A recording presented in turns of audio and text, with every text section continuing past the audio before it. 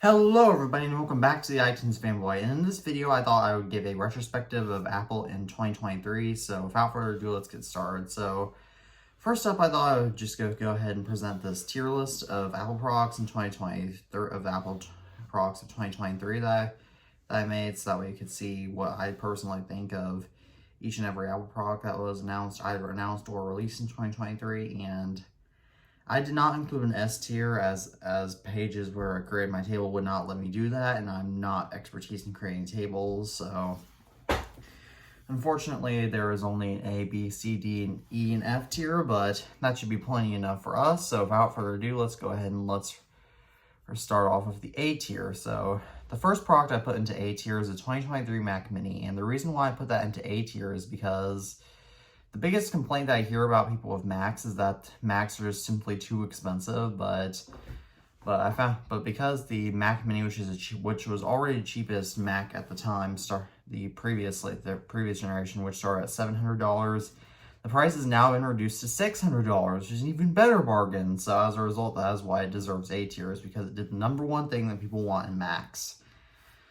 And the next product that I put in A tier is the 2023 15-inch MacBook Air. And the reason why I put it there is because it's such a great value for average Joes who want a cheaper 15-inch laptop and don't want to spend over $2,000. It's a great value computer, and because it did the biggest thing that people want, and while still maintaining a really thin design, I'm putting it in A tier. The next product I put in A tier, I know this is a very controversial one, is the Apple Pencil with USB-C. And the reason why I put that in A tier is because it truly does a lot of great things about the Apple Pencil, such as making it cheaper, which is more ideal for students and schools if they want to purchase Apple Pencils with their iPads. So that way they can do more note-taking and whatnot, while a lot cheaper and without needing an Apple Pencil first generation. And the best part about the app, and it also fixes the iPad 10th generation needing a dongle to work with the first generation Apple Pencil. So the iPad 10th generation is now mostly fixed, which is excellent.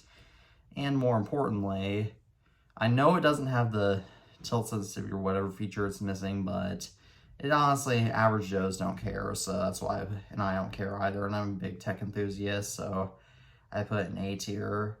Now moving on to B tier, the first product that I put in B tier is the iPhone 15 Pro, and the reason why is because it didn't do anything too innovative, but it was still wasn't a godly product, but it still was an excellent product. And I know it has controversies with its titanium housing, but similar to with the iPhone 6, as long as you just take care of your phone and treat your phone normally, then it shouldn't break. And more importantly, the iPhone 15 Pro, it does, and I know it has had some motherboard issues, though those I've heard are rare, and so I think the iPhone 15 Pro's issues are a little bit blown out of proportion, so that's why I put it in B tier, because it's an excellent phone, truly innovative, but it's not a godly innovative product.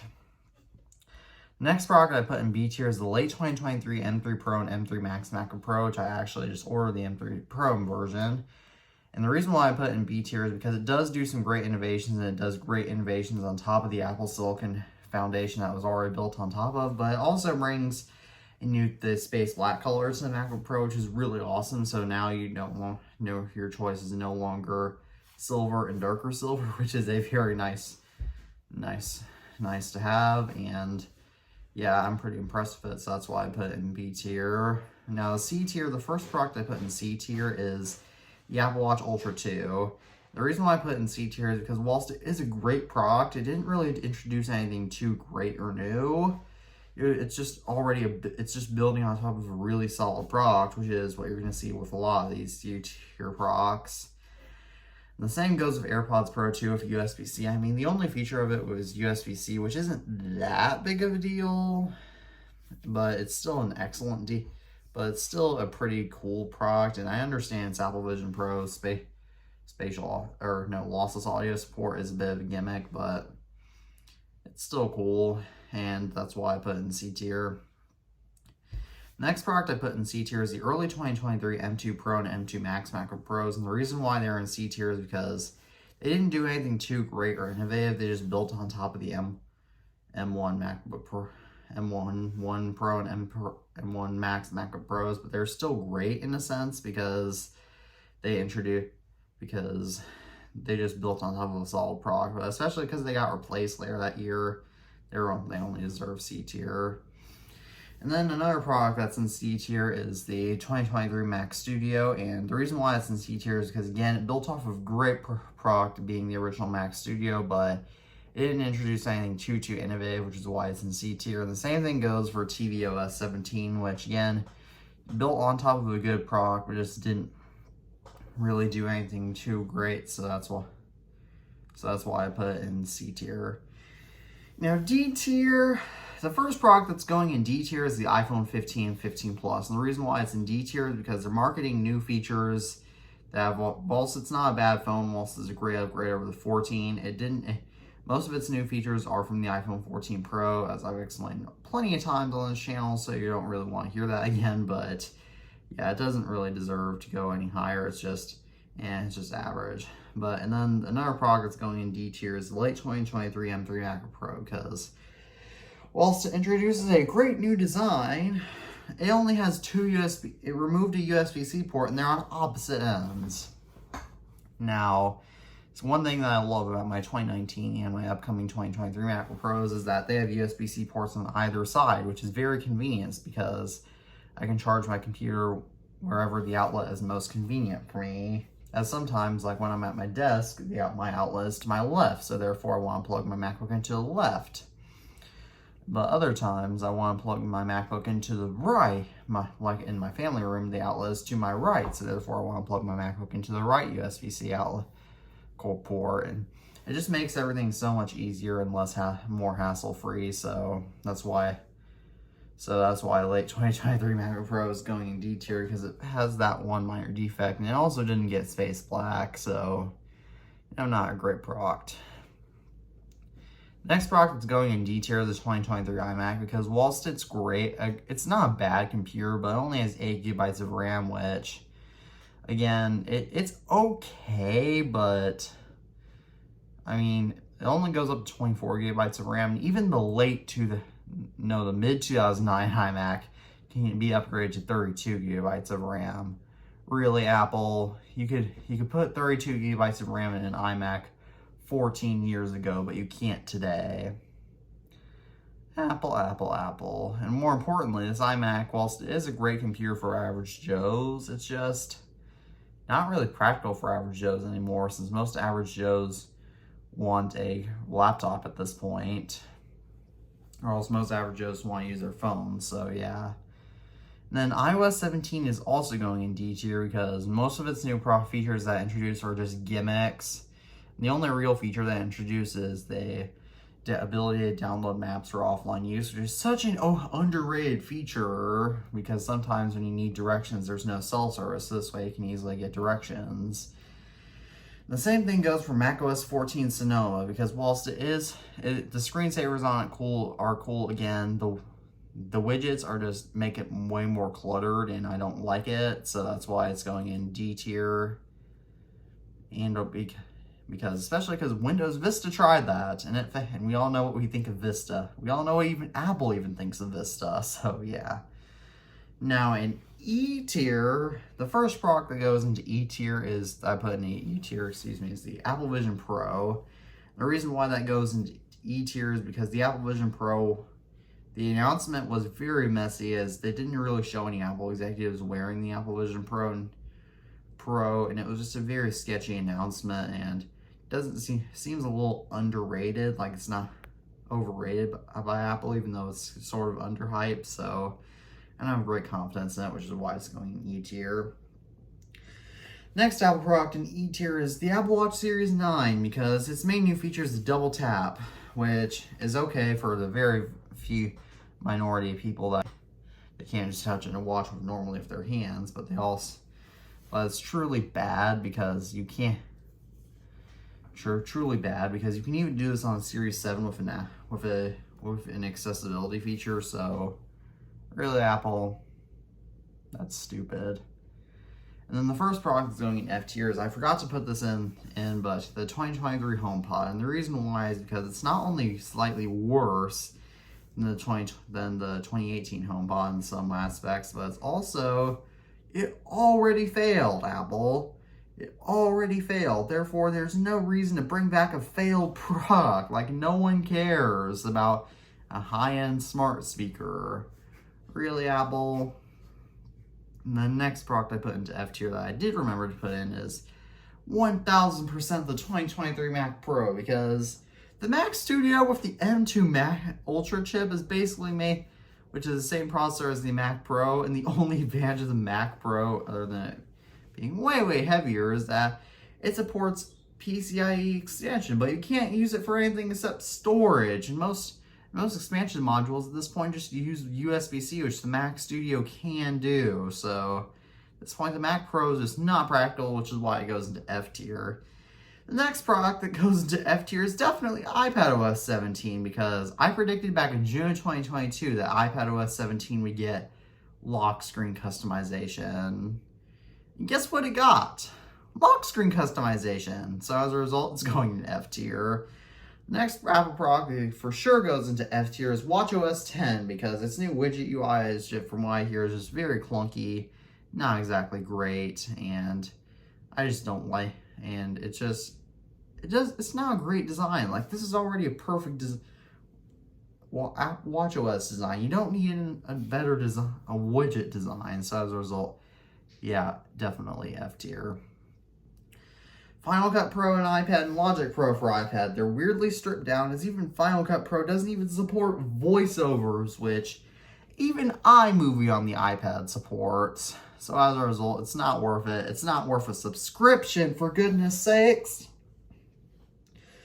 Which is why they are both going straight in F tier. And that wraps it up for my opinions on my Apple tier list for 2023. But now let's move on to my reaction of what I predicted Apple would release in 2023. So I'll go ahead and make a cut and I'll join you there. Now I'm back here to my video on what Apple will release in 2023. So let's go ahead and let's just play it and see what the rumors were back then.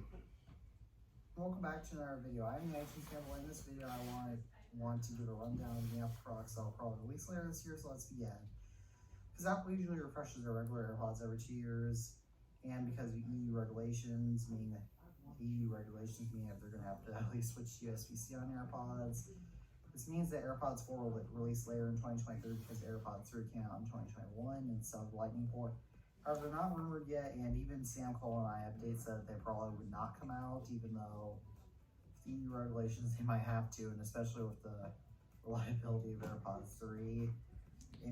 Yep, Sam Cole was right. AirPods 4 did not release in 2023 and are probably going to wait until next year. He was right about that, and I was also sort of right about that. They're not rumored yet, so I can't exactly give any features, tell you guys any new features to expect for AirPods 4, though I can definitely say one to expect. The left AirPod in each pair not breaking console, eh? Yes, that is true. It's been a while since AirPods Max released back in December 2020. It's safe to say that there probably will be new AirPods Max too sometime in the year. They're at least... Nope, no new AirPods Max. To get new colors, and maybe they'll even get the H2 chip with all new lossless audio, which will be awesome. Or lossless audio for the first time in AirPods should be so awesome. There was a pair of AirPods that did get lossless audio, but it was not the AirPods Max, and it was still limited lossless audio, which no one can test yet. And again, due to EU regulations, Apple is also going to have to at least give AirPods Pro an update to have a USB-C port. If not, they don't release AirPods Pro 3 later in the year, which again, they might have to, because AirPods Pro 2 have an issue with noise crackling and active noise cancellation and transparency modes, where if you're in a really loud environment, it'll just crackle really loudly instead of just turning off the modes of AirPods Pro 1, which are, it's not cool, obviously. That could be fixed with software, though. I'm rambling. That's not the point of this video. Obviously, an 11th generation iPad. Now let's move on to the iPads. Obviously, no new iPads this year, so this entire next portion is going to age like milk. 11th generation iPad is expected to release this fall with new features, hopefully being the camera moved back to the top of the iPad in portrait mode like usual. So that way there's room for Apple Pencil 2 support, which will be... They probably won't get Apple Pencil. They still might not get Apple Pencil 2 support now due to the Apple Pencil of USB-C. Awesome. Or if they could, I know they technically can't do this because of the EU. Or just please put a Lightning port on the iPad 11 if you can't put add Apple Pencil 2 support. Just do that. They didn't do that either. No, I get a lot of hate for that, but seriously, that's not a bad idea. Though, yes, that is. Should add Apple Pencil 2 support Apple. There's also rumors circulating about an iPad May 7 releasing either late 2023, which is later this year, or early 2024 if its primary... Definitely early 2024. We've already confirmed that it's not late 2023 because Apple never releases products in December. Well, they did once, but it was early December, and they might have done so a long time ago. But nowadays, it's very uncommon for Apple to release products in December. Being new processor, which I expect to be the A16. However, I cannot guarantee it will release in 2023 based on rumors.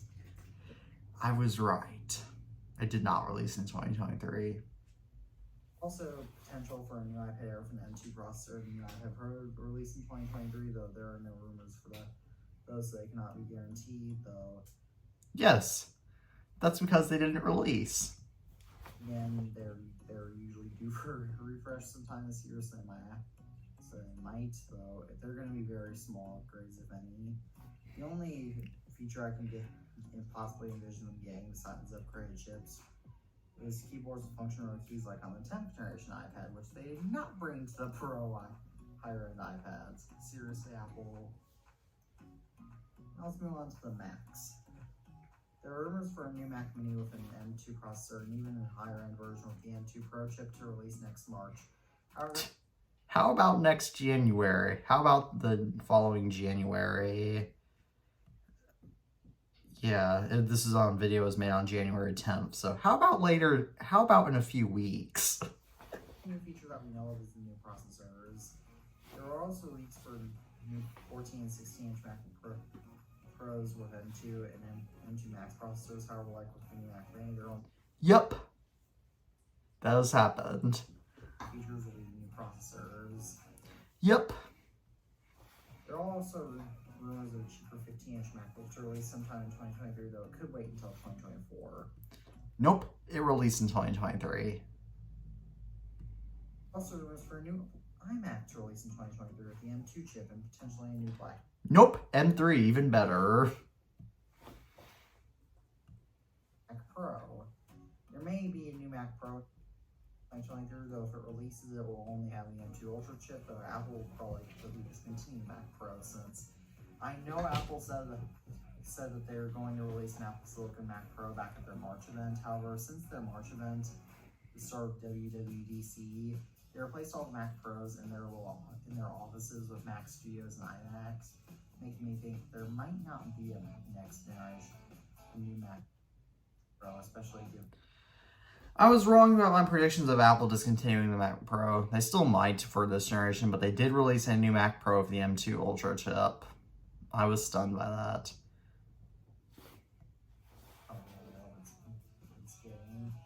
Now let's move on to Apple Watches. The Apple Watch Series 9, potentially an Ultra 2, will release in September. However, new features are on at this point because besides the Apple Watch Ultra 2 getting satellite connectivity. On the bright side, Didn't happen. the Apple Watch Series 9 will probably get an upgraded chip.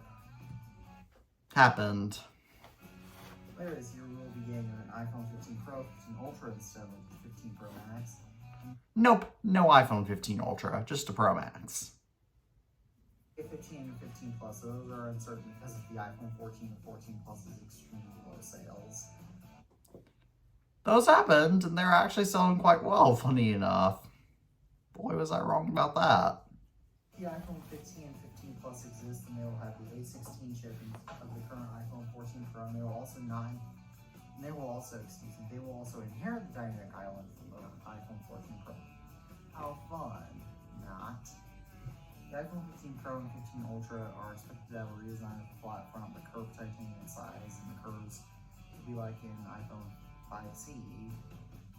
And I'll get one so that way I can show you. 5C to reference what design I'm talking about. The front can totally flat front and screen however curved sides. The iPhone 15 Pro and Ultra will also get the Apple A17 processor, 8 GB of RAM. Nope, no A17 processor. They got the A17 Pro, even though there's no A17 regular. Really, really, really, Apple. How stupid. Buttons and a new periscope lens for capturing very highest quality images while being zoomed in. The iPhone 15 Ultra will also introduce a second front camera lens for the first time, which I'm praying Apple can do about adding a front camera bump. However, they're still not going to be eliminating the ugly and comfortable rear camera bump, unfortunately. Of course, all the iPhone 15 models will get a USB-C port, and the iPhone 15 Pro and Ultra will have USB 3.2 transfer speeds. However, the iPhone 15 and 15 Plus are still going to keep USB 2.0 transfer speeds despite USB-C coming, so they're not going to be faster than Lightning. Apple's mixed AR/VR headset may also come out in 2023 with an M2 chip and a price tag of circa $1,500. Of considering Actually, add $2,000 to that, but did come out with the M2 chip, and it was announced, but it didn't release, so that part was wrong. I've been hearing leaks of that for years. We'll probably never see it. Apple's expected to release iOS 17, iPadOS 17, watchOS 10, I gotta go back. an M2 chip and a price tag of circa $1,500. Of considering that we have been hearing leaks of that for years, we'll probably never see it. I still wonder if this is going to be another AirPower situation, excuse me. Apple's expected to release iOS 17, iPadOS 17, watchOS 10, macOS 14, and tvOS 17 at WWDC 23 in June. However, new features and support for those are unknown. As always, I hope you all enjoyed this video, and thank you all. Okay, so from what we have learned about all this, the iPhone 15, so as we've learned about this, a lot of my predictions were actually correct for what happened in 2023 in terms of Apple, but a lot of them were not correct, like the Apple Vision Pro starting at $1,500, so I guess there's that. But as always, thank you all for watching this video. Please interact with us below, and as always, peace out.